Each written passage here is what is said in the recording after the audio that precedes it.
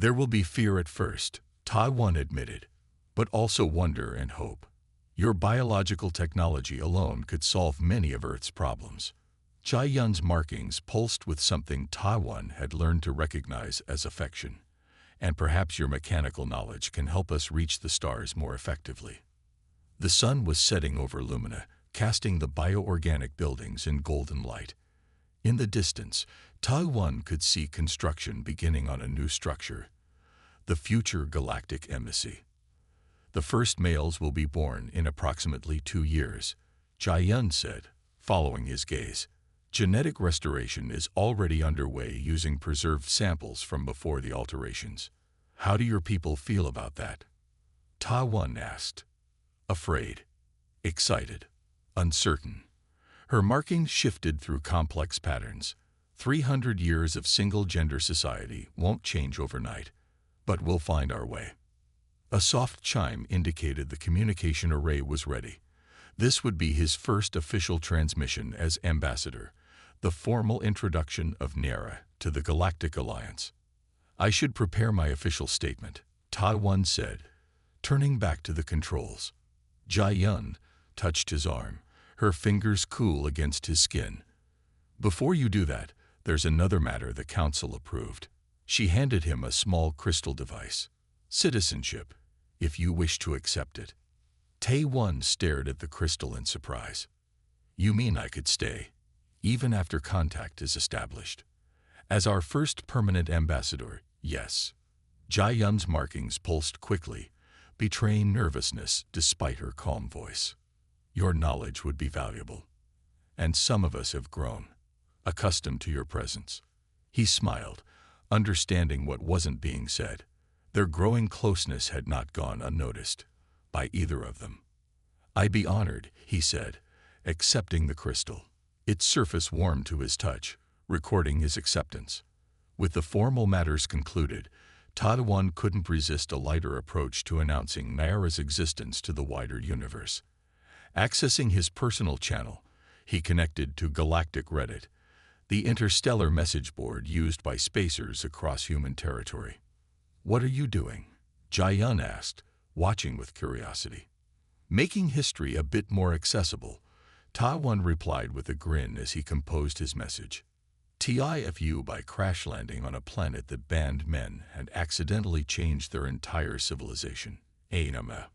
Jai Yun's translation device processed the message, and her markings flashed with amusement. What does TIFU mean? Today I fouled up, Taiwan explained, sanitizing the phrase slightly.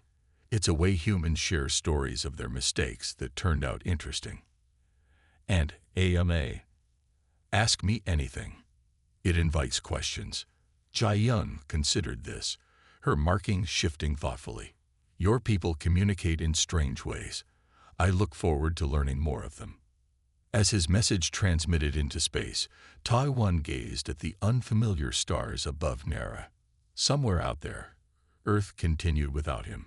Soon, they would learn of his survival, of the remarkable world he discovered, and of the ancient mystery that connected their species. What began as a catastrophic crash had become something much more significant.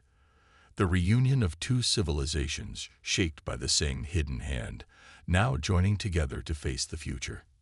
And perhaps, someday, to find the shapers themselves and ask the ultimate question, why? They continued through the darkness, fugitives from a conspiracy that reached back centuries before either of them was born, carrying a truth that could change two worlds forever. The High Council chamber fell silent as the evidence played on the hovering display. The genetic alterations matched those found on 12 other worlds, Taiwan explained.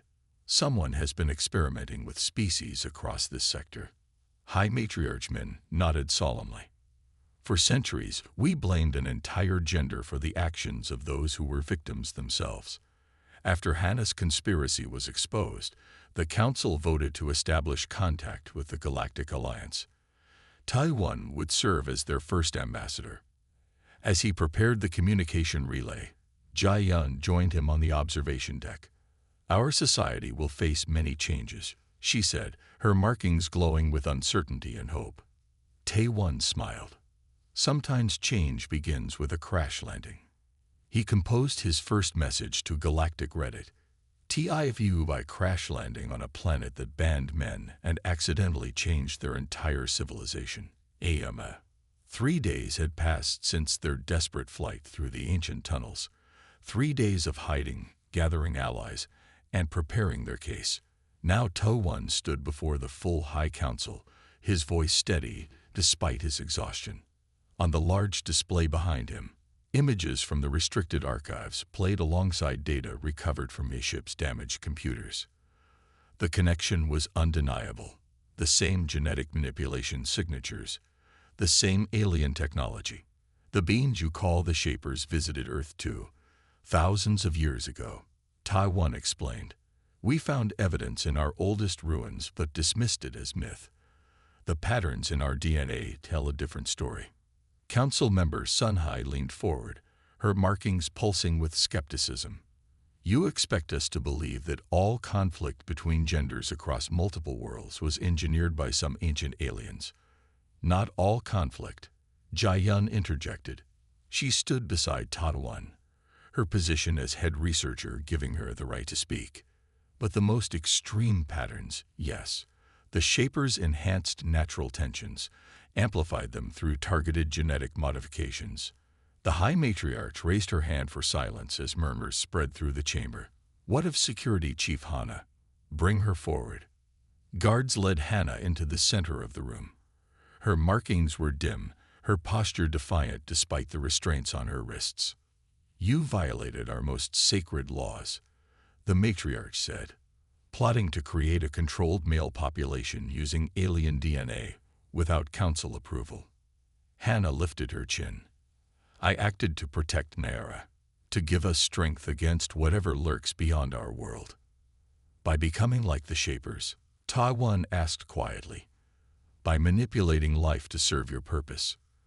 Hana's markings flashed with anger. You know nothing of our suffering. I know more than you think, To-1 replied. My world has its own history of gender conflict.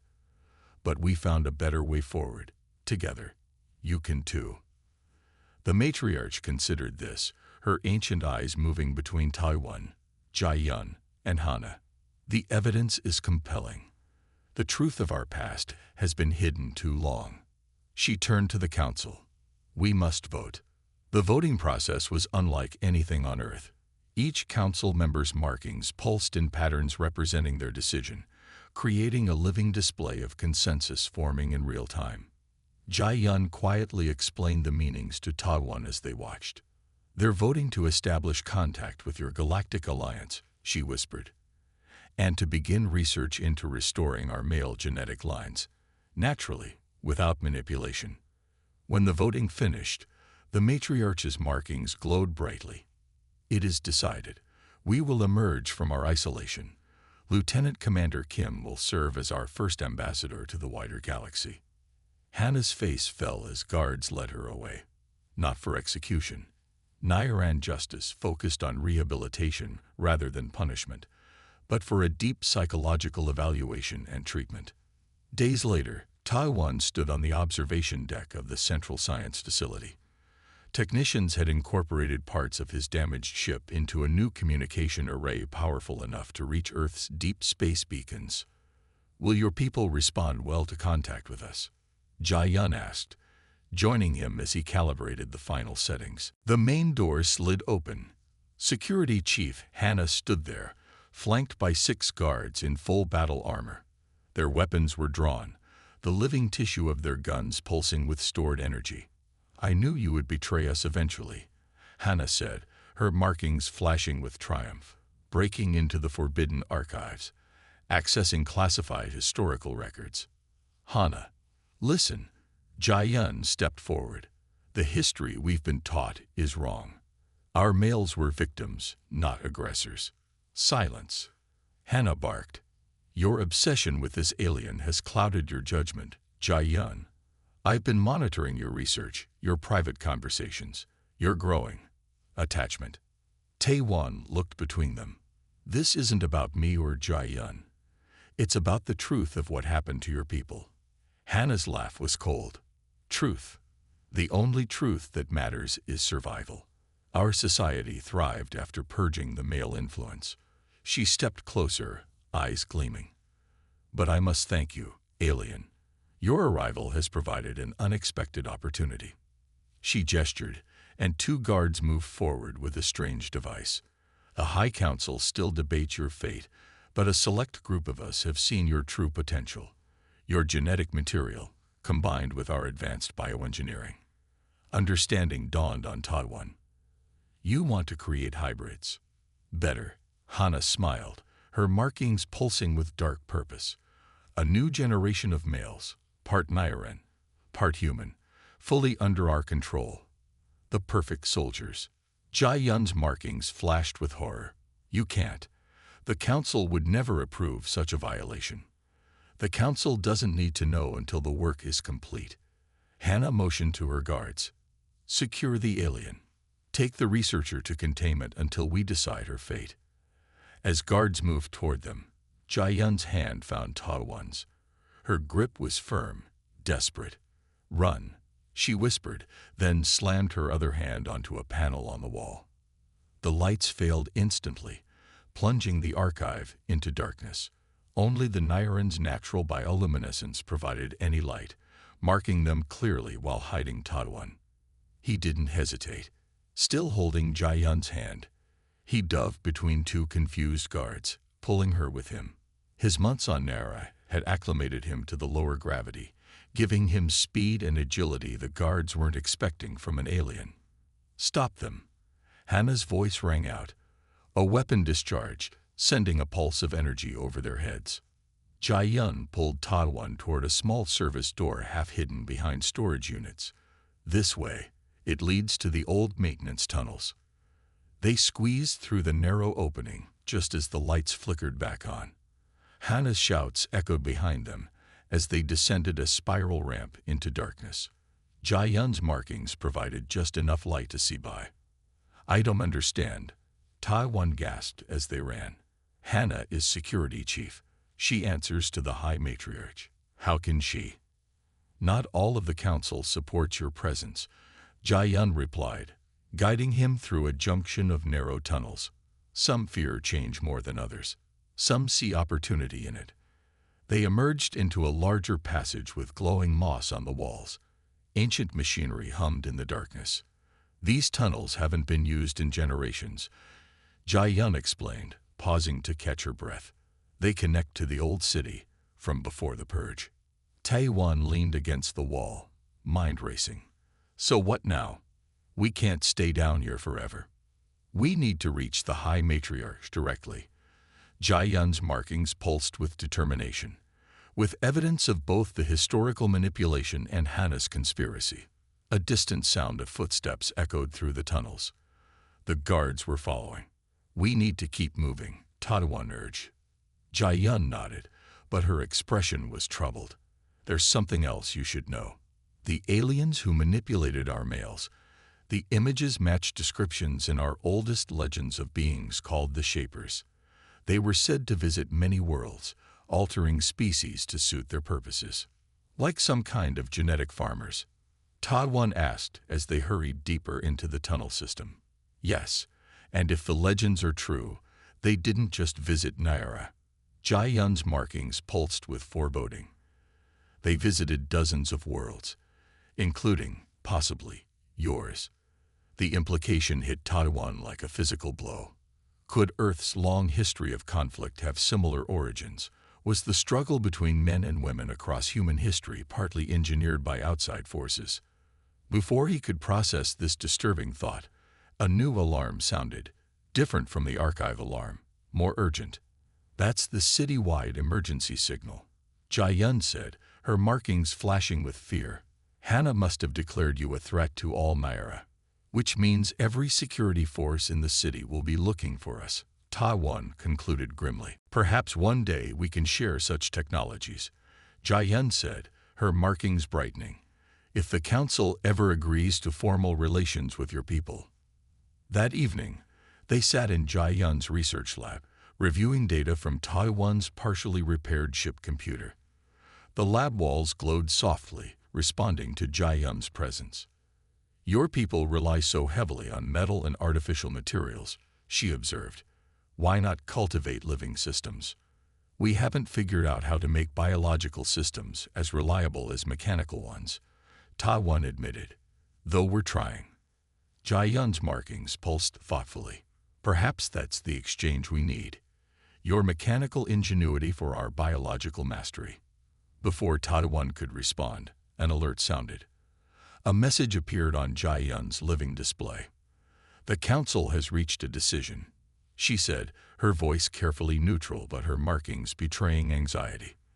They want to see us immediately. The council chamber was filled with members, all watching as Ta-1 and Jia-Yun entered.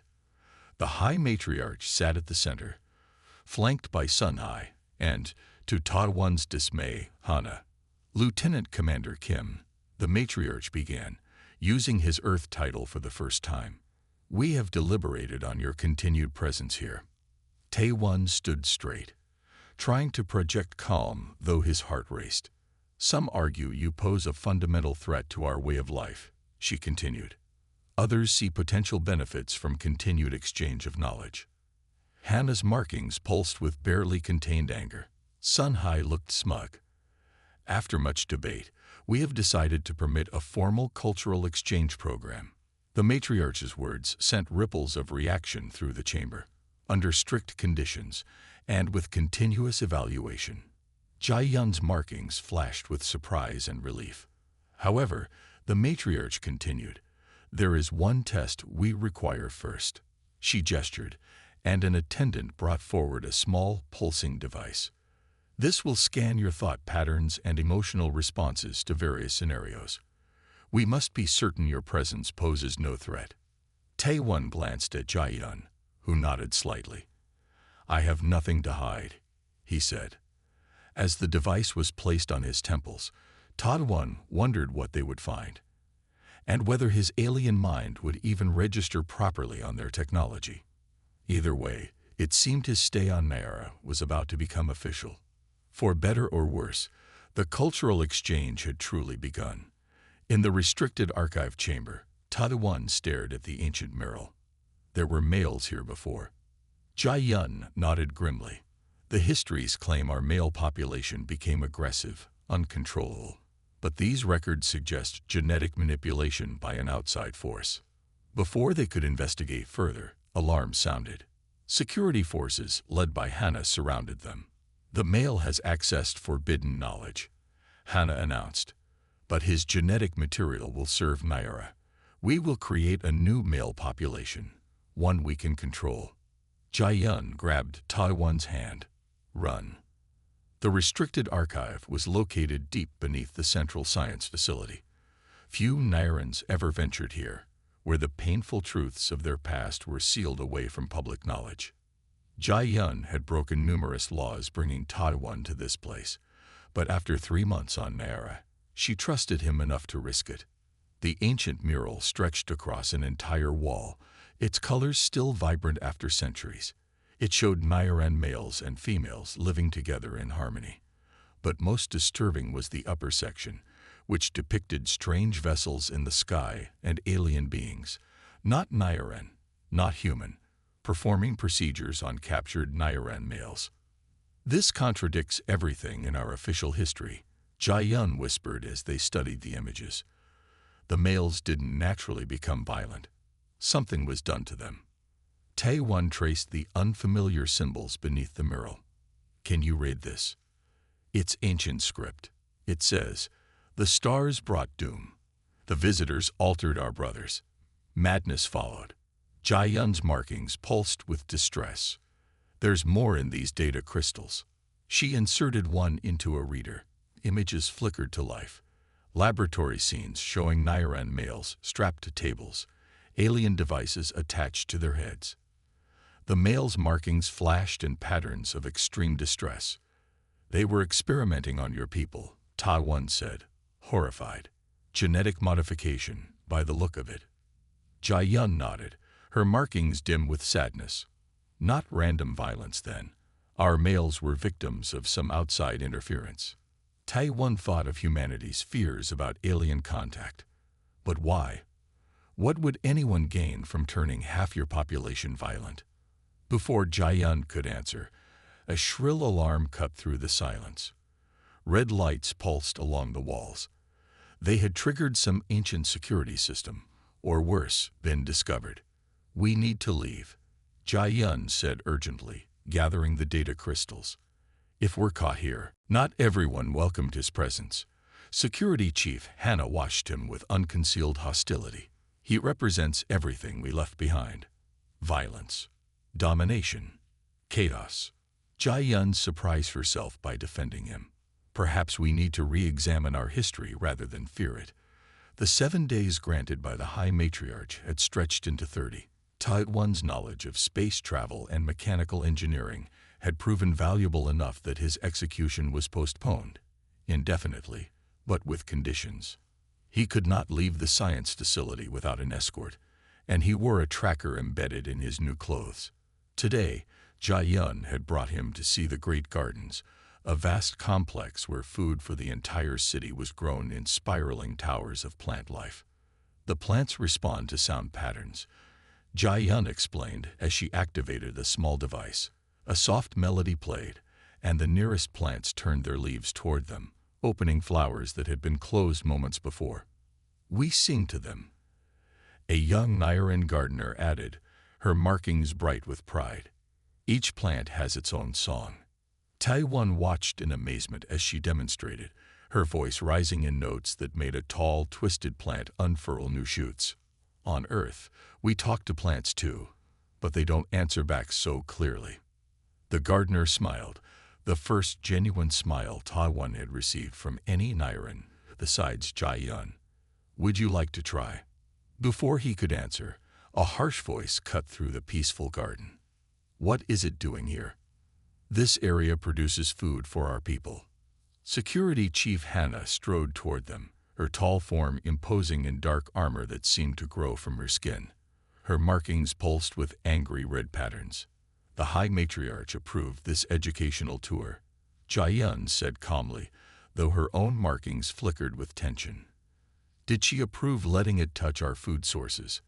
Hannah demanded, glaring at Taiwan. "Who knows what contamination it might carry?" Taiwan stepped back, raising his hands. "I was just observing. Your agricultural methods are impressive." Hannah's hand moved to the weapon at her side, a living thing that seemed bonded to her armor. "It should be confined to the research facility, Jiayun. Your fascination with this creature compromises your judgment." "My judgment is sound," Jiayun replied, stepping between them. Taiwan has shared valuable knowledge about star navigation and engine design. The Council has recognized his contribution. "The Council is blinded by curiosity," Hannah snapped. "Have you forgotten our history? Males brought our world to the brink of destruction once before." The young gardener backed away, her markings dimmed with fear. Other Nairans in the garden stopped their work to watch the confrontation. "Taiwan is not Nairan," Jiayun said firmly, "and he has shown no aggression since his arrival." Hannah's markings flashed brightly. "Not yet." An uncomfortable silence fell. Taiwan felt the weight of ancient fears directed at him. Fears he could neither address nor dismiss because they weren't really about him at all. "Perhaps we should return to the facility," he suggested quietly to Jiayun. She shook her head. "No, you have every right to be here, under my supervision." She turned back to Hannah. "If you have concerns, file them with the Council. Until then, we will continue our approved activities." Hannah stepped closer, lowering her voice. "I have filed concerns. Many of us have. The longer it stays, the more it influences you and others. Already you defend it like a bonded companion." Jiayun's markings flashed with surprise, then something Taiwan couldn't interpret. "My interest is scientific, nothing more." "Is it?" Hannah looked between them. "Be careful, Jiayun. Males are skilled at manipulation." With a final glare at Taiwan, she strode away. When she was gone, Taiwan released a breath. "She really doesn't like me." "She lost family in the final conflicts," the young gardener said softly, then looked embarrassed for speaking. Many did. Jai-yun nodded. Hannah's lineage traces to the warrior castes. They suffered tremendously when the males turned violent. They continued through the garden in a more subdued mood. The young gardener, whose name was Su-jin, gradually overcame her shyness and showed Taiwan how they had engineered plants to grow food in specific shapes and flavors. Later, they visited the education center where young Nairans learned through direct neural connections to living data systems. The knowledge becomes part of them, Jai-yun explained, as they watched children sitting in circles, their hands touching glowing orbs. Not just memorized, but experienced. Tae-won thought of Earth's struggling education systems. This could revolutionize learning on my world. She helped him to his feet, steadying him when he swayed. The room around him was unlike any medical facility he had seen, more like a living organism than a building. The walls seemed to breathe, and light came from glowing plants rather than artificial sources. They moved to an adjoining chamber where food awaited. Fruits and vegetables in colors Taiwan had never seen before, arranged in geometric patterns. Our history is complex. Jai-yun began as Taiwan cautiously tasted a purple fruit that reminded him of a peach. Once, Nairans lived as your species does, male and female together. But something changed in our males generations ago. She activated a display on the wall, showing images of what appeared to be Nairan males, taller, with deeper blue skin and more prominent markings. They became aggressive, violent. What began as isolated incidents became widespread. Society fractured, and a terrible war followed. Her markings pulsed with what might have been sadness. When it ended, no pure-blooded males remained. Our scientists developed a new reproductive method, and we rebuilt. Tae-won ate slowly, processing this information. And no one questioned this. The complete elimination of half your species. Jai-yun's markings flashed. There were dissenters, yes. Some believed the males were victims, not villains. But that view fell out of favor as our society stabilized and flourished. And now I show up, throwing everything into question again. Precisely. Jai-yun studied him with renewed interest. Though you are not Nairan, your presence forces us to confront our past and our prejudices. A soft chime sounded, and Jai-yun checked a device on her wrist. The High Matriarch wishes to see you. This is unprecedented. Tae-won set down his food. Is that good or bad? I honestly don't know. Jai-yun helped him to his feet again. She rarely involves herself directly in scientific matters. They'd walked through corridors that seemed to grow from the floor itself. Nairans they passed stopped to stare, their markings flashing in patterns Taiwan couldn't interpret. Some looked fearful, others curious, a few openly hostile. They'd never seen a male before, he whispered. Only in historical records, Jai-yun replied. You are living history to them, a reminder of what was lost, or perhaps what was escaped. They entered a vast chamber where light streamed through crystal windows. At its center sat an elderly Nairan, her skin a deeper blue than the others, her markings complex and bright. High Matriarch Jin, Jai-yun said with a deep bow. I present the alien visitor. The matriarch's eyes, pale and cloudy with age, fixed on Taiwan. Come closer, star traveler. Tae-won approached and bowed, unsure of the proper protocol. I was a child when the last males died, the matriarch said, her voice surprisingly strong. I remember their faces, their voices. She leaned forward. Tell me, do the males of your world wage war upon your females? No, Taiwan replied. On Earth, men and women live together, work together. We're different, but equal. The matriarch's markings pulsed slowly. Interesting. Perhaps it was only our males who carried the seeds of violence. She gestured to Jai-yun. Study him well, researcher. There may be more to learn than simply alien technology. As they left the chamber, Taiwan felt the weight of history, both Nairan and human, on his shoulders. He was more than just a crashed pilot now.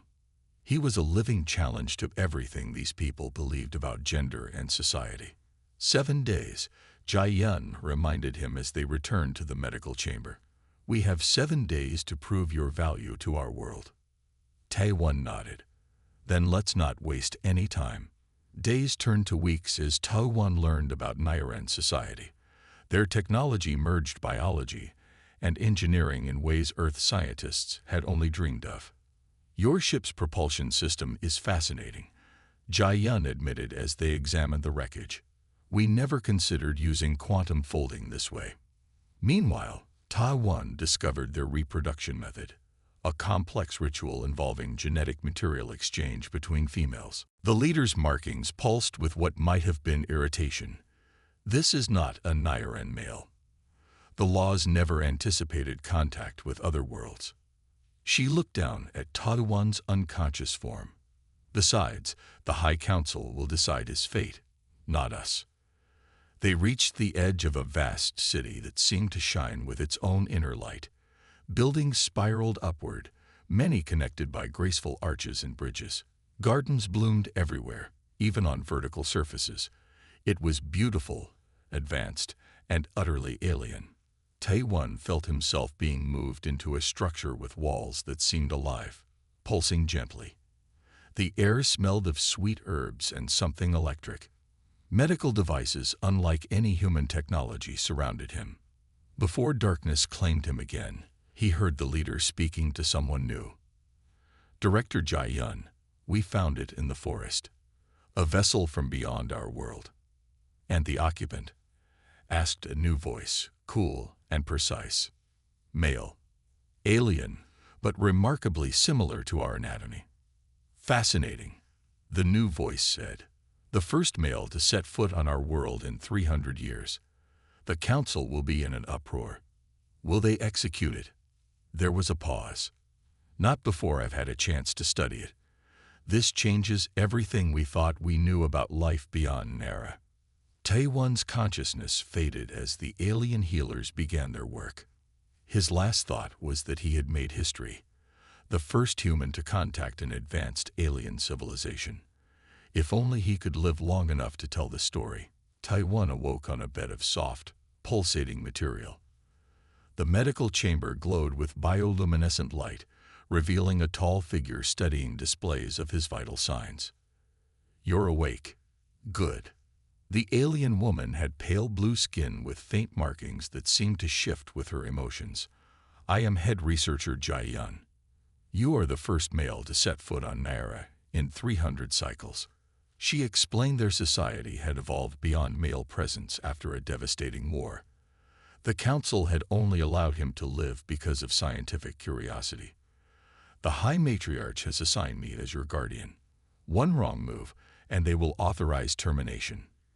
Taewon tried to sit up, but a wave of dizziness forced him back down. His body felt strange, lighter somehow, as if the gravity here was weaker than Earth's. The air carried sweet scents he couldn't identify. Water, he managed to say, his voice raspy. Jai Yun passed him a crystal container filled with clear liquid. Your ship's wreckage has been moved to our research facility. The technology is interesting, different from ours. Taewon sipped the water, which tasted slightly metallic but refreshing. He looked down at himself, noticing his flight suit had been replaced with a simple blue garment that seemed to shift and adjust to his movements. Where exactly am I? He asked. You are in the Central Science Facility in Lumina, the capital city of Nara. Jai Yun's markings pulsed with a soft light as she spoke. Your arrival has caused quite a disturbance. Many wanted you destroyed immediately. Taewon swallowed hard. But you didn't. Some of us saw an opportunity to learn. Her expression remained neutral, but her skin markings swirled with what might have been curiosity. The universe has proven larger than our ancestors believed. A door slid open, revealing another Nyren. This one wore elaborate robes and had more complex patterns on her blue skin. Is it awake? The newcomer asked, not bothering to look directly at Taewon. Yes, Council Member Sunhai. He is conscious and coherent. Jai-yun replied with a slight bow. Sun Hai approached slowly, her eyes now fixed on Taiwan with undisguised disgust. The council debates your fate even now, creature. Some wish to study your physiology. After your death, of course. Taiwan met her gaze steadily. I come in peace. My crash was an accident. Sun He's markings flashed a bright pattern. It speaks our language. He is wearing a translation device we synthesized based on technology from his ship. Jai-yun explained. Remarkable adaptive algorithms. The council member circled the bed, examining Taiwan from all angles. 300 cycles we have lived in harmony without male influence.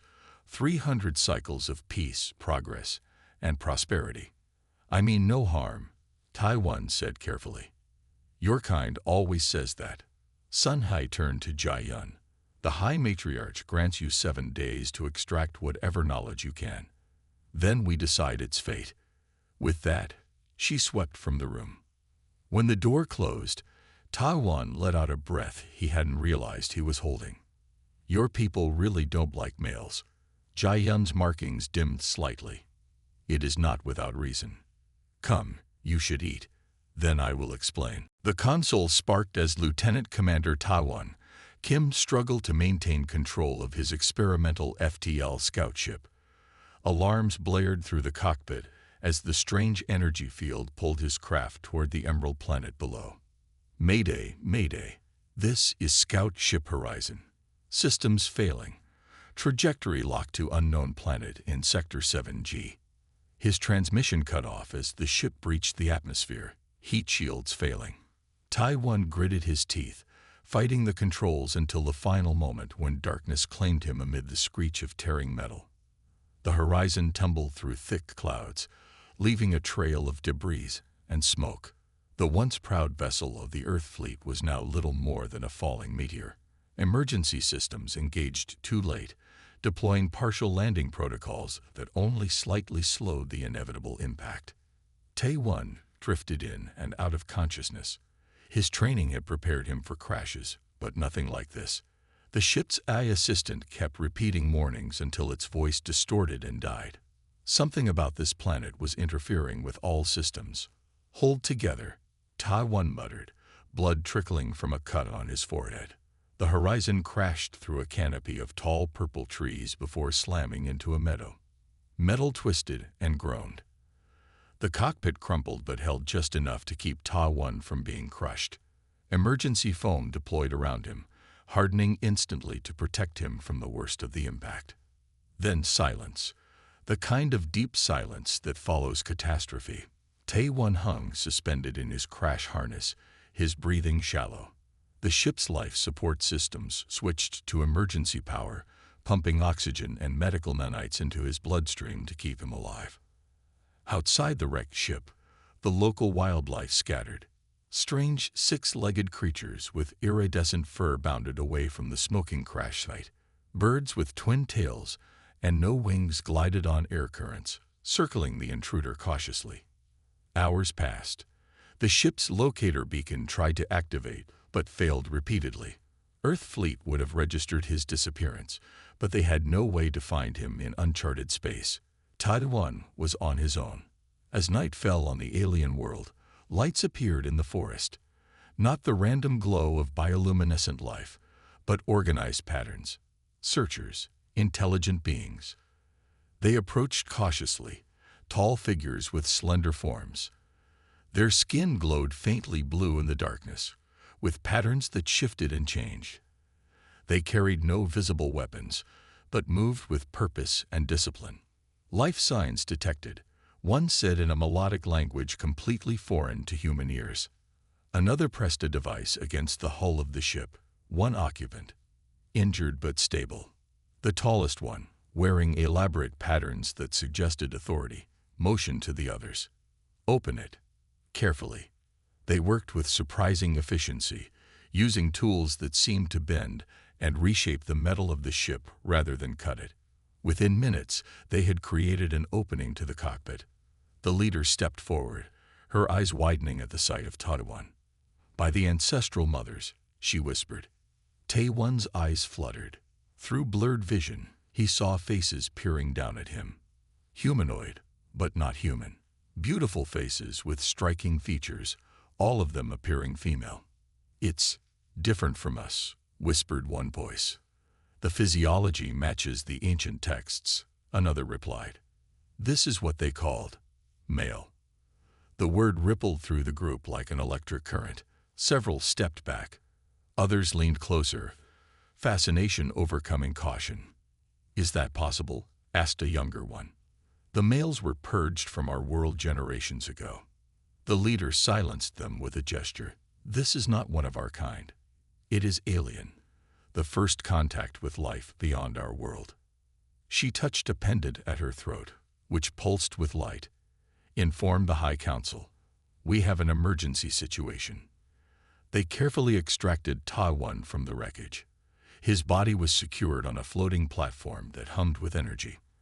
The nanites in his bloodstream worked frantically to repair internal damage while he drifted between consciousness and darkness. As they transported him through the forest, Ta-1 caught glimpses of a civilization unlike anything in human records. Structures grew from living trees, buildings and plant life merged in perfect harmony. Light came from glowing stones and living organisms rather than artificial sources. "Where will we take it?" asked one of the rescuers. "To the Central Science Facility," the leader replied. "Director Jai-Yun will want to examine this creature personally." "But the laws are clear," objected another. "No male presence is permitted on Naira. It violates our most sacred covenant."